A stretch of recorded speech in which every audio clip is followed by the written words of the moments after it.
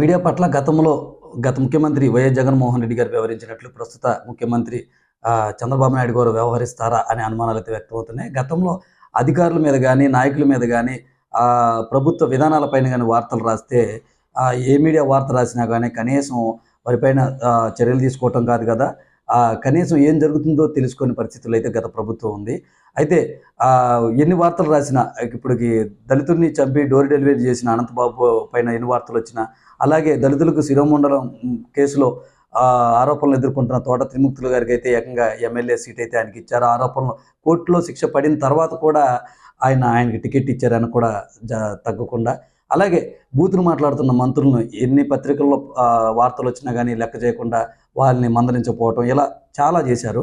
మరి ఇప్పుడున్న ప్రభుత్వం, మరి చంద్రబాబు నాయుడు గారు మరి అదే పరిస్థితి కొనసాగిస్తారా, లేకపోతే చర్యలు ఉంటారనేది వేచి చూడాలన్నమాట.